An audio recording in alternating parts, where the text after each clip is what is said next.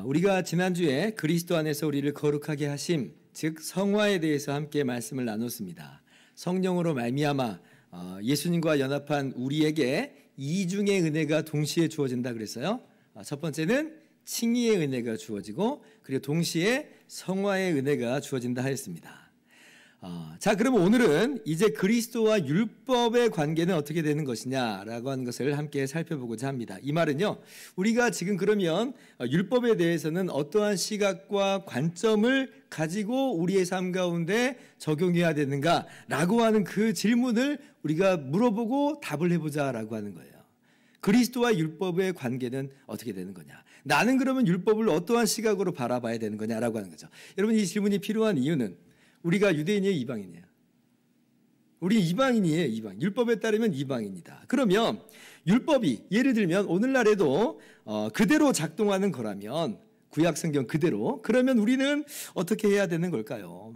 요즘 갈라디아서에서 우리가 함께 살펴보는 것처럼 예수님 믿는 것만으로는 충분하지 않고, 그러면 율법대로 할례를 받아야 유대인이 돼야 되는 것이고, 그리고 그 구약 성경 그대로 율법을 지켜 조항대로 지켜 나가야 되는 거냐? 그래야지 우리가 정말 의롭다함 받고 구원을 받는 거냐?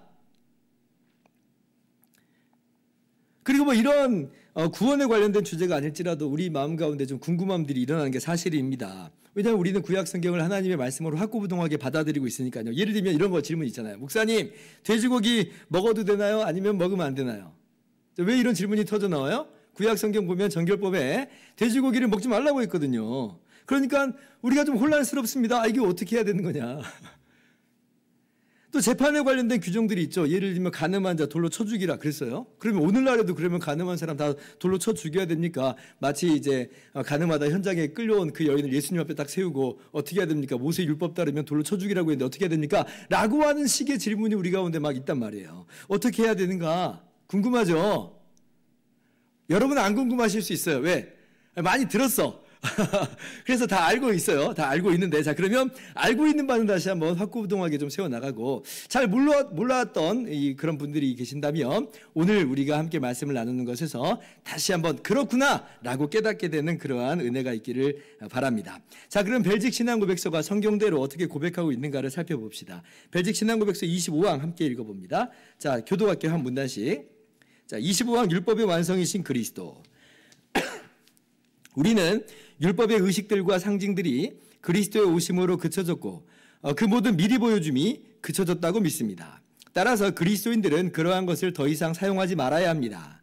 다만 그 실질과 내용은 율법을 성취하신 그리스도 안에서 여전히 우리를 위한 것으로 남아 있습니다.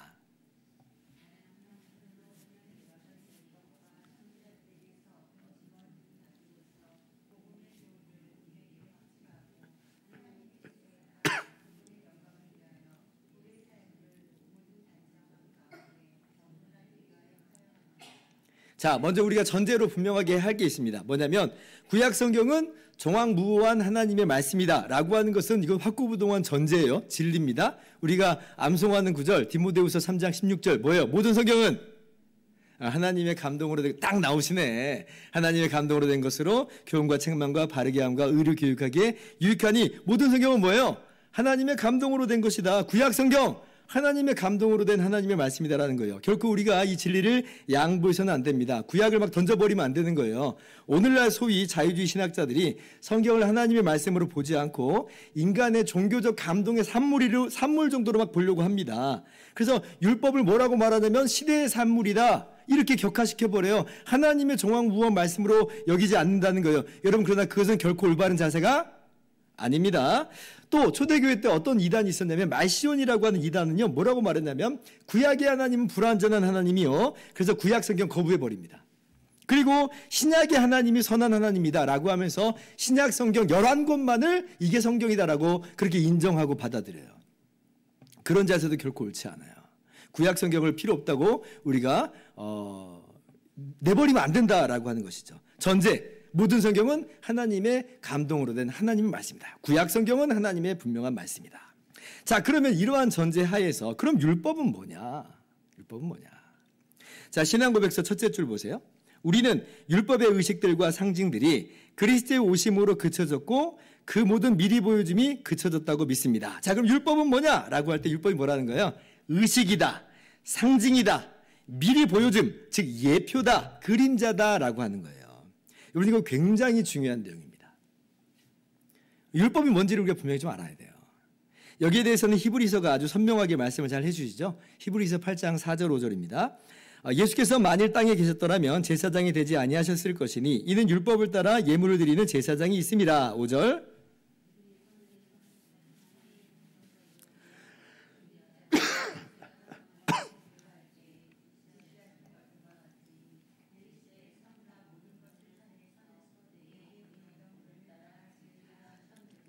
자, 율법에 따라서 지어지고 진행되었던 성막과 제사 제도가 뭐라고 말해요? 모형과 그림자다라고 말씀하시죠.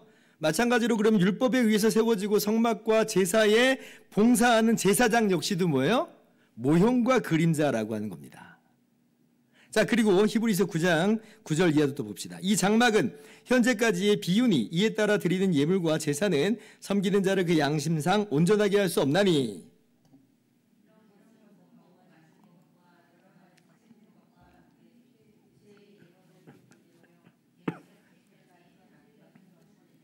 자, 율법에 따라 세워진 성막과 그 안에서 진행되는 제사 제도를 이번에 뭐라고 또 이야기해요? 비유다, 비유다. 그러니까 그 자체로는 의미가 없는 것이고 그에 대응하는 실체가 있는 것이고 실체와 결부지어서만 의미가 있다라고 하는 거예요. 자, 우리가 국어 시간으로 한번 가봅시다. 호수 같은 내 마음이라고 하는 시가 있다고 한번 생각을 해봅시다. 호수 같은 내 마음. 여기서 실체는 뭐예요? 정말 시인이 말하고 싶은 건 뭐예요? 내 마음입니다. 뭘 비유로 들어서 설명해요? 잔잔한 호수를 비유해서 설명을 해요. 호수의 그 잔잔함 같은 잔잔함이 지금 내 마음에 있다는 것이에요. 그걸 시적으로 표현한 겁니다. 자, 그런데 내 마음을 인식하지 않고 그냥 호수만 봐요. 호수만 집착을 해요. 그럼 그건 뭐예요? 내 마음하고 상관없죠? 그건 잔잔한 호수일 뿐이에요. 시가 정말 시에서 말하고자 하는 내용이 아니에요. 그 말. 시를 완전 잘못 오해하고 있는 거죠. 어떤 분들이 종종 저에게 물어봅니다. 성경을 공부하거나 성경 읽다 보면 스스로 궁금함이 막 솟아나오는 거죠. 목사님, 구약의 제사는 뭡니까? 짐승의 피가 실제로 죄를 씻을 수 있는 겁니까? 구약에서는 제사를 통해서 죄 용서받고 신약에서는 예수님의 십자가 피로 죄 용서받는 겁니까? 구약에서는 율법을 순종하는 것으로 제사 드리는 것을 구원받고 신약에서는 예수님 믿음으로 구원받는 겁니까? 이렇게 물어보시는 분들이 있습니다. 실제로 그런 궁금함 가지신 분들이 굉장히 많아요. 여러분 꼭 기억하세요. 예수님의 십자가 피의 모형과 그림자와 비유로서의 짐승 제사가 아니라면 그냥 그 짐승 제사 자체로는 뭐예요? 아무런 효력이 없는 거예요. 그건 그냥 짐승의 피가 흘려진 것 따릅니다. 아까 제가 예를 들어서 말씀한 대로는 뭐냐면 그건 그냥 뭐예요? 호수예요. 호수. 시인이 말하고자 하는 바는 그 호수가 아니라고 그랬잖아요. 국어를 예를 드니까 확 이해가 되시죠? 자, 히브리서 그래서 10장 4절 이하 또 봅시다. 이는 황소와 염소의 피가 능히 죄를 없이 하지 못함이라. 11절.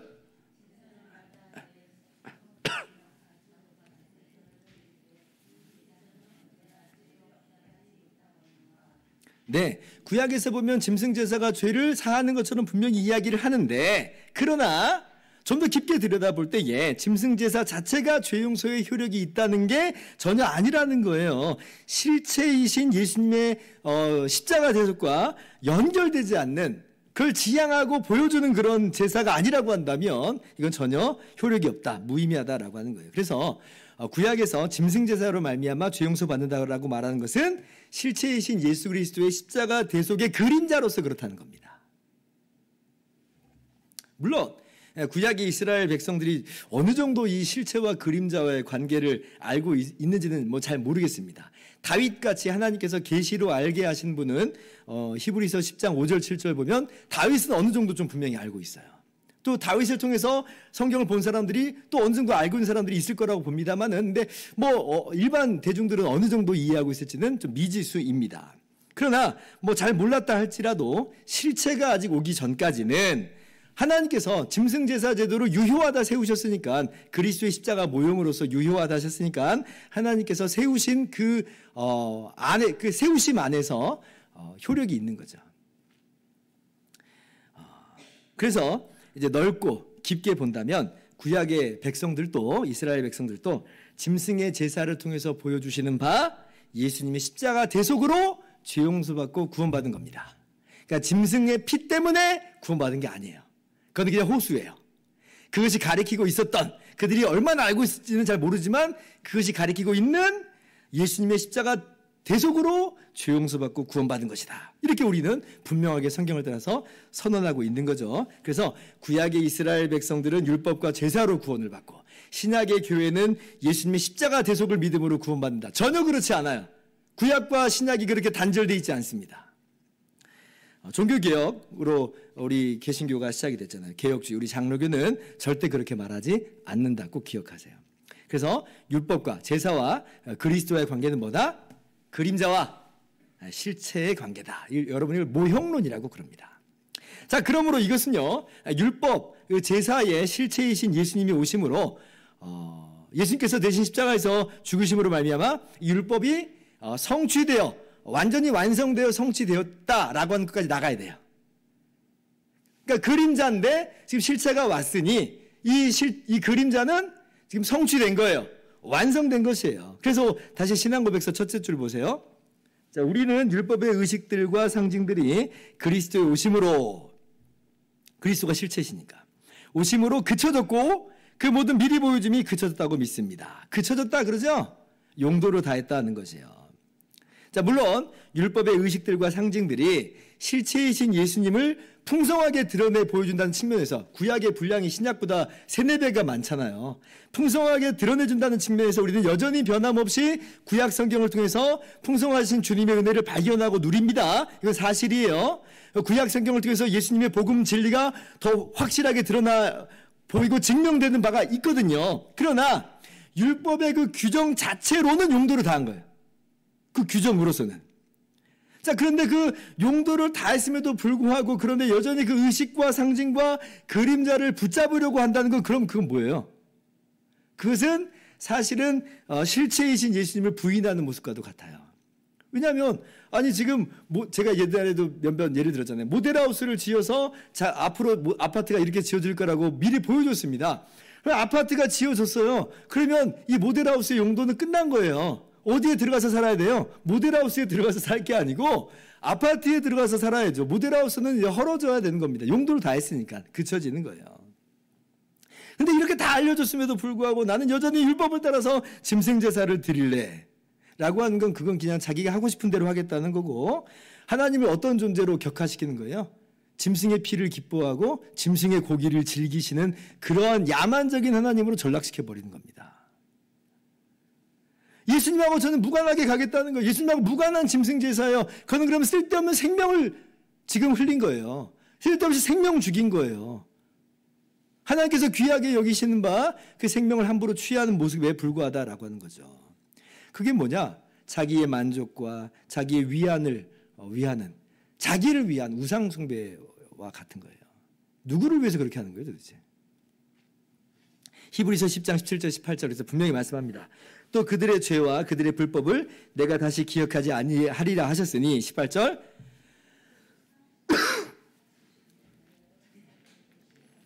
다시 죄를 위하여 제사 드릴 것이 없느니라. 예수님도 믿고 나는 제사도 드릴래. 아니 그렇게 할 수가 없다라고 하는 것입니다. 뭐 그런 사람 없겠죠. 그죠? 그런데 만약에 이제 그렇게 하려고 한다면 그것은 예수님을 전혀 모르는 사람이요 복음을 모르는 사람이다. 그래서 예전에 어떤 수련회에서 짐승 제사 체험을 한번 한다 이런 걸 제가 본 적이 있어요. 그런 기사를. 전 좀 우려가 되더라고요. 아니 굳이 그렇게까지 할 필요가 있는가. 예수님의 십자가 대속의 의미를 좀 강화시켜 주려고 하는, 생생하게 좀 보여주려고 하는 요량으로 뭐 그렇게 하는 거겠지만 저는 못마땅합니다. 왜냐하면 우리 인간은 우상공장이어서 그렇게 하는 것들을요 순식간에 하나의 뭔가 좀 의미 있는 것으로 만들어버려요. 그렇게 해야지만 은혜를 더 받는 것처럼 그렇게 해버릴 소지가 너무나도 많습니다. 그리스도보다는 제사에 좀 몰두하게 하고 우리의 헌신과 우리 어떤 자세 이런 것들에도 몰두하게 만들고, 이 약간 결은 다르지만 천주교가 했던 많은 우상 숭배적 요소들이 다 그렇게 시작한 거예요. 처음부터 뭐 우리가 우상 숭배하자 이렇게 한 거 아닙니다. 이 교회 역사가 쭉 흘러가면서 어떻게 하면 더 은혜를 끼칠까? 어떻게 하면 좀 더 생생하게 좀 경험하게 해줄까라고 했던 많은 장치들이 나중엔 다 우상 숭배가 돼버린 거예요. 그러니까 우리가 쉽게 생각을 해서는 안 된다는 거죠. 근데 만약에 그런 짐승제사 체험이 십자가 대속의 의미가 빠져버린 것이라고 한다면, 그냥 인간의 종교적 감상을 고취시키는 정도라고 한다면, 그래서 그것이 우리의 헌신을 막 담아내는 거라고 한다면 그거는 완전히 우상숭배예요. 사실은 율법과 제사 그리고 그리스도와의 관계를 전혀 모른다는 거거든요. 그 얘기는 헐어야 되는 걸 다시 세우는 거고, 헐어진 것을 다시 세우는 그런 모양에 불과하다. 그래서 벨직 신앙고백서는 그 다음 문단 뭐라고 말해요? 이렇게 말하죠. 따라서 그리스도인들은 그러한 것을 더 이상 사용하지 말아야 합니다. 그래서 좀 잘 배운 목회자라면 아마 그런 거 안 했을 텐데, 근데 이제 이런 걸 잘 모르니까 그냥 막 좋은 게 좋은 거지, 꽁 잡는 게 매지라고 하면서 이런저런 것들을 막 도용한다라고 하는 거예요. 우리는 좀 조심을 해야 됩니다. 자, 그러면 목사님, 성막이나 짐승제사 제도는 뭐 그런 줄 알겠어요. 근데 율법에는 그런 것 말고 다른 것도 많이 있잖아요. 예를 들면 십계명 그런 것도 있잖아요. 그러면 그런 것들은 우리가 어떻게 바라봐야 되나요? 라고도 물어볼 수 있겠습니다. 그죠? 자, 원리는 마찬가지예요. 그리스도에게서 완성되어 성취되었다. 우리가 오늘 함께 읽은 로마서 10장 말씀이 그 부분을 분명하게 말씀하여 주십니다. 10장 2절 이하를 교독합니다. 내가 증언하노니 그들이 하나님께 열심히 있으나 올바른 지식을 따른 것이 아니니라.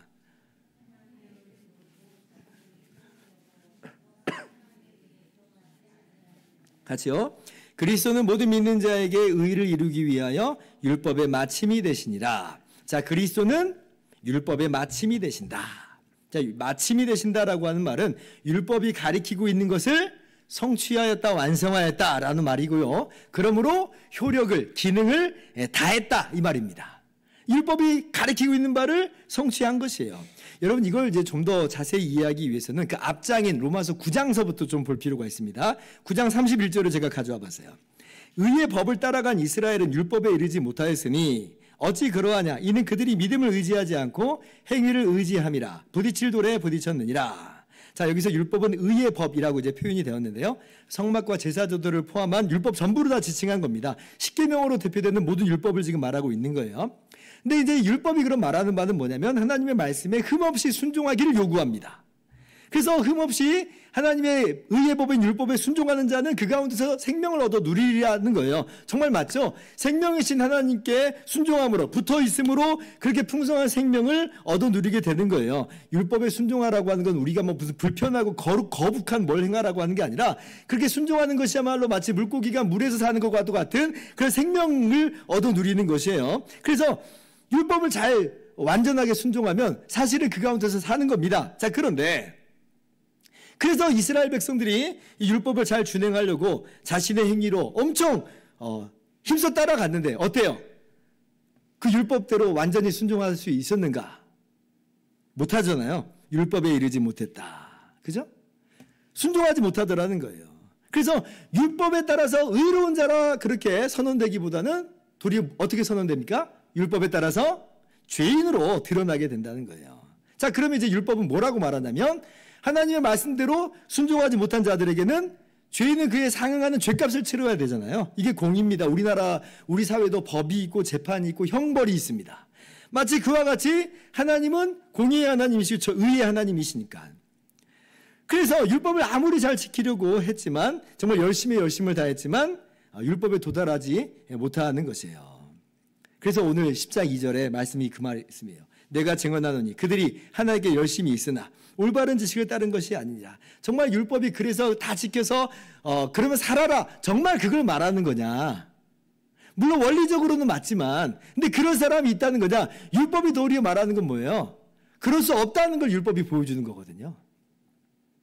하나님의 의를 모르고 3절 자기 의를 세우려고 힘써 하나님의 의를 복종하지 아니하였느니라. 그래서 우리가 할 수 없기 때문에 하나님께서 예수 그리스도를 이 땅 가운데 보내시고 우리의 모든 죄의 저주를 다 짊어지고 십자가에서 대신 죽게 하셨는데, 그래서 이제는 율법 행위로서가 아니라 예수님을 믿음으로 거저 의롭다함을 얻게 하셨는데, 근데 이제 유대인들은, 이스라엘 사람들은 그러한 하나님의 의를 모르고 율법으로 의롭다함을 얻으려고 힘써 하나님의 의에 복종하지 않은, 근데 그렇다고 해서 율법을 완성하지도 못한, 결국 죄인에 불과한 그런 모습으로 나타났다라고 하는 것이에요.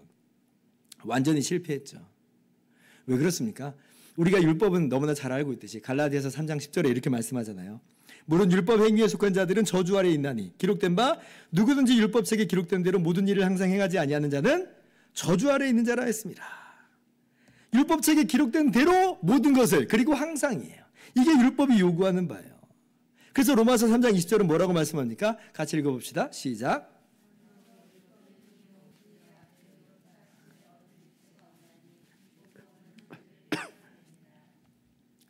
그래서 율법은 결국 누구를 이제 가리키고 있는 거냐면 우리가 죄인이라고 하는 걸 깨닫게 하는 것이요. 그러므로 오직 우리를 위해서 대신 십자가에서 죽으신 예수님만을 의지하게 하는, 그걸 이제 가리키고 있는 거거든요. 율법에 따라서 우리는 죄인으로 판명이 됐어요. 율법으로는 의롭다 하신 분도 육체가 없다. 우리는 하나님의 진노와 형벌 가운데 있는 자들이 분명하구나. 그런데 율법이 우리를 그렇게 죄인으로 드러내는 것으로 우리는 하나님의 별다른 한 의, 예수 그리스도를 믿는 자에게 거저 의롭다 하신다는 하나님의 그 의를 알게 되고, 그렇게 우리는 예수님을 믿게 되는 것이죠. 그러므로 우리가 의롭다함을 거저 얻는다, 구원함을 얻는다는 거예요. 이게 이제 율법이 가리키고 있는 바예요. 율법을 다 순종해서 이 조항대로 다 지켜야 우리가 의롭다함 받고 구원받는다, 그런 게 아니라고 하는 겁니다. 우리는 그런 존재들이 아니에요. 예수님께서 우리와 하나가 되심으로, 우리의 자리에서 십자가에서 대신 죽으심으로 율법의 모든 요구, 그러니까 죄의 값이 다 치러졌어요. 이게 예수님의 십자가대 속의 순종의 내용입니다. 또한 예수님의 십자가대 속의 순종이 뭐예요? 죽기까지 하나님 아버지의 말씀에 순종하신 것이니까 율법의 요구, 즉 하나님의 말씀에 대한 순종까지 다 이루셨어요. 성령으로 말미암아 예수님을 믿어 예수님과 하나 된 우리, 주님 몸된 우리는요, 다르게 해서 의롭다함 받은 게 아니라 율법의 행위로서가 아니라 율법의 모든 요구를 이루신, 죄값을 치르시고 의를 이루신, 율법의 모든 요구를 이루신 예수님으로 말미암아 거저 의롭다 받습니다. 우리의 모든 죄는 우리와 하나가 되신 예수님께, 예수님의 죄로 전가되고, 예수님의 의는 주님과 하나 된 한 몸인 우리에게 전가된다. 그러니까 너무 놀라운 은혜죠. 너무 놀라운 은혜예요. 그러므로 예수님은 율법의 마침이 되신다예요. 그렇게 율법을 성취하셨다. 율법의 모든 요구를 이루심으로 주님 안에서 우리는 거저 율법을 이룬 자들이 됐어요. 율법의 요구를 따라 모든 죄값이 치러졌으니까. 율법의 요구에 따라서 우리가 하나님의 말씀을 순종한 자로 인정되니까요. 왜? 예수님 때문에. 율법의 마침이 되셨다. 율법의 모든 요구가 예수님 안에서 다 이루어졌다. 그래서 더 이상 우리에게는 율법의 정죄가 없습니다. 율법으로 말미암는 저주가 없어요. 그리스도 예수 안에 있는 우리들에게는. 갈라디아서 3장 13절, 그리스도께서 우리를 위하여 저주를 받은 바 되사 율법의 저주에서 우리를 속량하셨으니 기록된 바 나무에 달린 자마다 저주 아래에 있는 자라 하였습니다. 예수님께서 우리를 위해서 율법의 모든 저주를 다 받으심으로 더 이상 우리에게 저주가 있다 없다? 저주가 없는 거예요. 마치 지금도 예수님 믿는 사람이 여전히 저주 아래 좀 있는 것처럼 오해하게 만드는 많은 여러 사상들이 있는데 다 비성경적이에요. 십자가 안에서 모든 저주는 끝나버렸어요. 믿으세요? 내가 혹시 아직도 저주 아래 있는 거 아닌가? 절대 그렇지 않아요. 예수 그리스도 안에 있습니까? 예수님 믿으시죠? 저주 없는 거예요. 저주 없어요. 자, 로마서 8장 1절 2절 같이 읽어봅시다. 시작.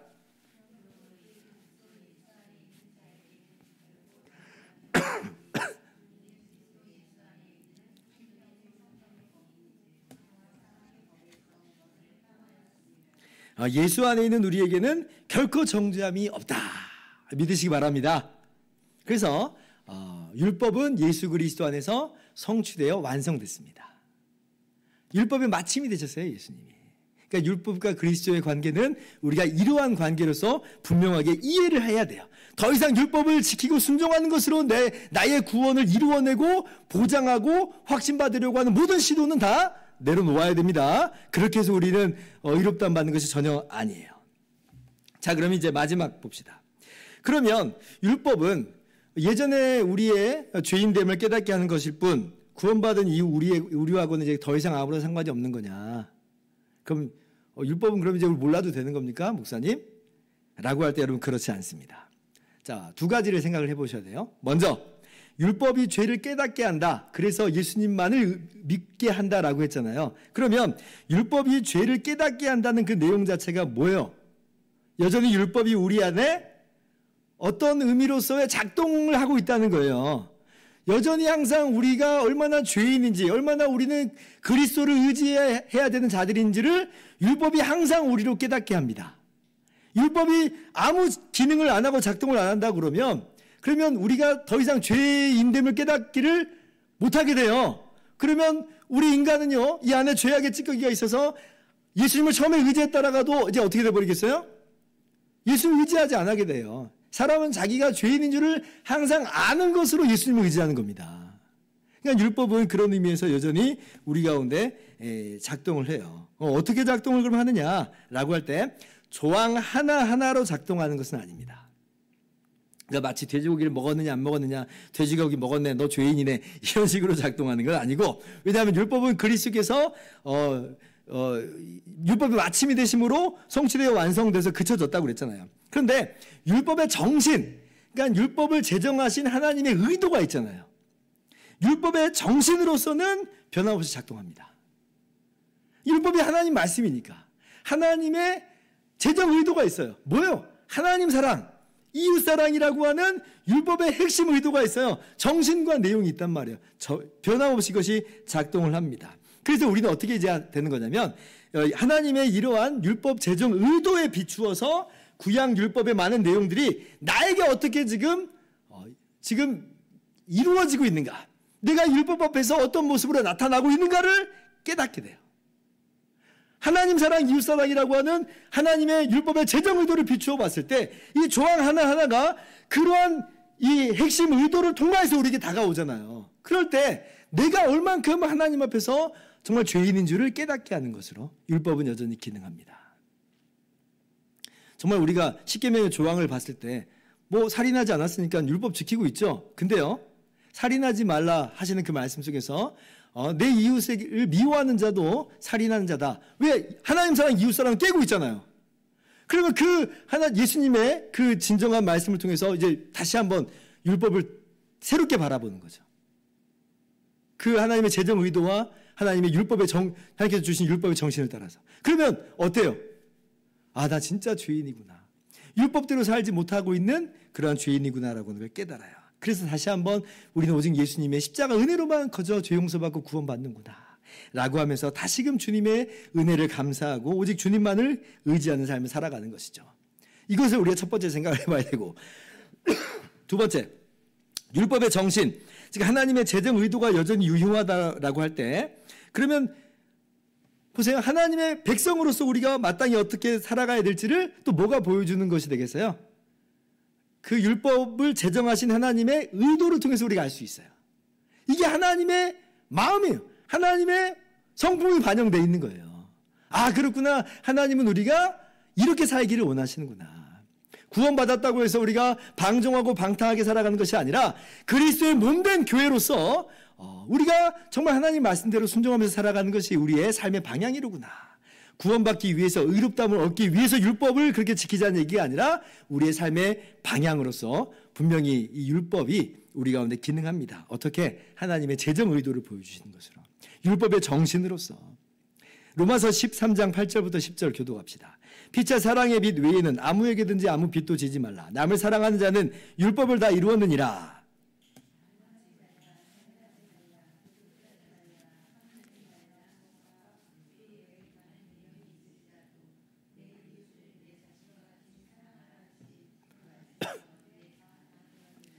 같이요.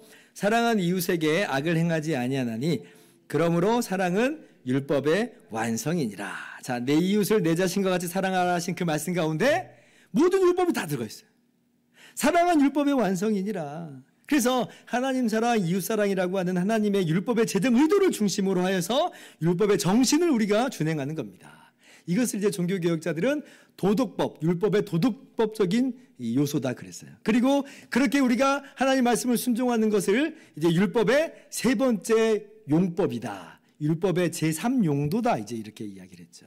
그러니까 율법은 이제 우리는 뭐 알 필요도 없다 이런 게 아니라 재정 의도와 더불어서 율법의 조항들을 살펴보는 것으로 우리가 하나님께서 원하시는 바 율법의 정신, 하나님의 성품을 따라서 살아가는 것이 마땅한 우리의 삶이다. 율법이 그걸 이제 우리 가운데 보여준다라고 하는 거예요. 우리 벨직 신앙 고백서도 뭐라고 말해요? 제일 마지막 줄 보세요.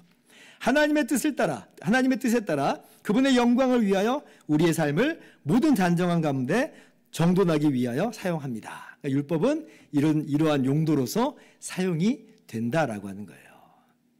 자, 이제 말씀 마칩니다. 이순구 교수님께서는 그래서 이제 이 과를 이제 책에 기록하면서 우리가 오늘날 구약의 율법 용어들을 빌어다가 마치 예배당을 무슨 성전 그리고 뭐 예배당 앞부분을 제단 이런 말 하지 말 걸 당부합니다.